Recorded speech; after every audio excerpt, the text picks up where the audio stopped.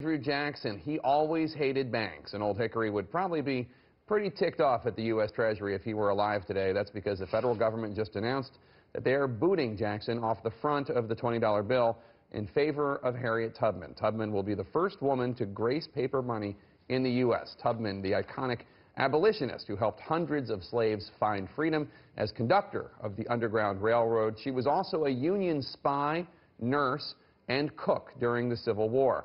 Today, former presidential candidate Dr. Ben Carson said he disagrees with the decision that there are other ways to honor Harriet Tubman. It's a notable quote since Carson was on the stage when I asked the Republican presidential candidates about this topic last September. What woman would you like to see on the $10 bill? Ooh, that's a tough one. I think Susan B. Anthony might be a good choice. That's an easy one. I'd put my wife on there. Rosa Parks. An everyday American that changed the course of history.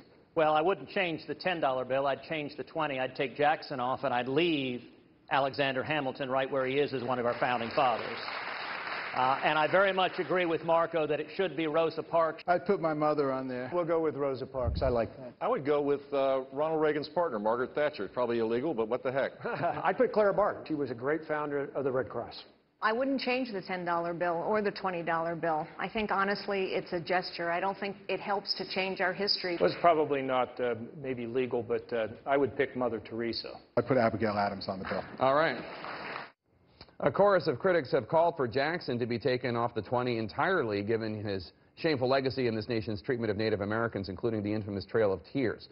The U.S. Treasury Department also announced today that Alexander Hamilton, with a boost from the Broadway success of a musical about his life, will get to stay on the 10, though the back of the $10 bill will be changed to honor women who fought for the right of women to vote, including Susan B. Anthony and one Alice Paul.